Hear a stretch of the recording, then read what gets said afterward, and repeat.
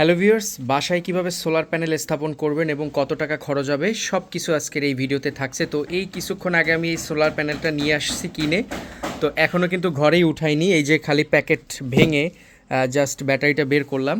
তো এর আগেও আমাদের বাসায় কিন্তু সোলার প্যানেল ছিল, কিন্তু ওটা একটু পুরনো হওয়ার কারণে নতুন কিন্তু প্যানেল আমি অলরেডি নিয়ে আসছি, ব্যাটারি এবং প্যানেল, এবং বাকিগুলো কিন্তু সব কিছুই ভিতরে আছে। তো এগুলা কত টাকা খরচ পড়লে সব কিছুই কিন্তু আমি পরবর্তীতে আপনাদেরকে জানাবো। তো এখন সরাসরি এটাকে স্থাপন করি। আপনারা জানেন যে কিছুদিন আগে ঘূর্ণিঝড় রুমেলে কিন্তু সব কিছু মানে আমাদের এই দিকে একদম কারেন্টের খাম্বা ভেঙে একদম অস্থির হয়ে গেছে। এখনও পর্যন্ত কারেন্ট আসেনি, আর কয়দিন পরে যে কারেন্ট আসবে তার কোনো গ্যারান্টি নেই। আর আমার বাসায় কিন্তু একদম হাই পাওয়ারের আইপিএস আছে, সে আইপিএসের চার্জও শেষ। তো এখন কি করব, রাত্রে ঘুমানো যায় না, ফ্যান তো অবশ্যই দরকার, যার ফলে কিন্তু এই সোলার প্যানেলটা কিনে নিয়ে আসলাম।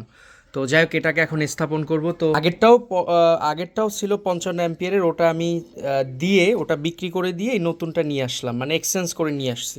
তো পুরোনোটা 4,400 টাকা দাম পাইছি, আর এটার নতুন দাম সেইটা আসলে মাইনাস করে এটা নিয়ে আসছি। আর প্যানেলের ব্যাপারে আলোচনা করব পরে আস্তে আস্তে।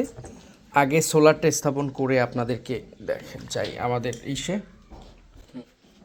এখানে কিন্তু ধরেন ঘরে কিন্তু অন্ধকার, কারণ সব কিছু নেই। হ্যাঁ, এনে রাখো, লাইট নিয়ে আসি, এটা যেন না লাগে। আইপিএসের ব্যাটারি মেশিনটা আমি দেখাবো না, তুই একদম ওই ভিতরে যাই ফ্রিতে বল। হ্যাঁ, এটা কিন্তু আমার আইপিএসের ব্যাটারি 200 অ্যাম্পিয়ার। ওটা একটু সোলারটা একটু সরাও তো, দেখাই ভিউয়ার্সদের। ওই সোলার 200 অ্যাম্পিয়ারের ব্যাটারি। এখানে কিন্তু সবই হচ্ছে সোলার প্যানেলের যে কন্ট্রোল ইউনিট, নিচের ওইটা সরাই ফেলো। একদম ওই লগে লাগাই দাও। হ্যাঁ, আচ্ছা, এখন ওই নিচে দেখো প্লাসে প্লাস মাইনাসে মাইনাস লাগাই দাও নিচে। তো ভিউয়ার্স, অলরেডি কিন্তু ব্যাটারিটা এই যে লাগিয়ে দিলাম। এই সাইডে দেখেন আমার আইপিএসও আছে। তো এখন যেহেতু কারেন্ট নেই, আইপিএসের কথা তো আসলে বলা যায় না, এখন প্লেটটা লাগিয়ে দিব। তো হ্যাঁ, এইটা লও, এই ড্রিল মেশিনটা লও, কখন কি লাগে। আর জুতা পাই দিয়ে যাইতে হবে, নাহলে ছাদে পাড়া দেওয়া যাবে না। আমরা প্লেটটা নিয়ে নিই, ছাতি নিতে হবে। প্লেটটা লইতে পারবা? দাও, ড্রিল মেশিনটা আমারে দাও। তবে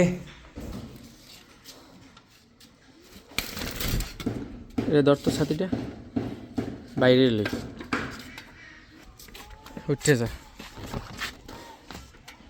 আমরা 7 বাই এখন উঠবো, ওটা লই উঠতে পারো, আর ধরা লাগে সুন্দর করে তো ভাঙবে না। হ্যাঁ ভাই, পাইস না 3 তলার ছাদে। এখন এদি চোখে কিচ্ছু দেখি না, সেই যে সাদা রিফ্লেক্ট করে, এত চাওয়াই যায় না। চশমা আনতে হবে মনে হয় নাকি, দেখো কিছু দেখো, চশমা না লাগবে। ভিউয়ার্স, এই রোদে তাকানো যায় না, ওই যে সাদা রং তো রিফ্লেক্ট করে, চশমা আনতে হবে। এটা হলো 45 ওয়াটের, ওরা তো আমাদের কাছে টুপি পরাইছে না। ভিউয়ার্স, তাকানো যায় না, চশমা আনতে হবে।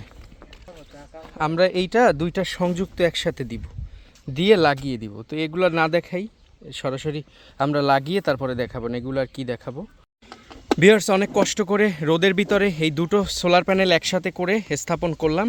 এটাও মনো সোলার প্যানেল, ওটাও মনো সোলার প্যানেল, তবে এটা তো অনেক আগের, প্রায় 10-12 বছর হয়ে গেছে, এটারও ভালো।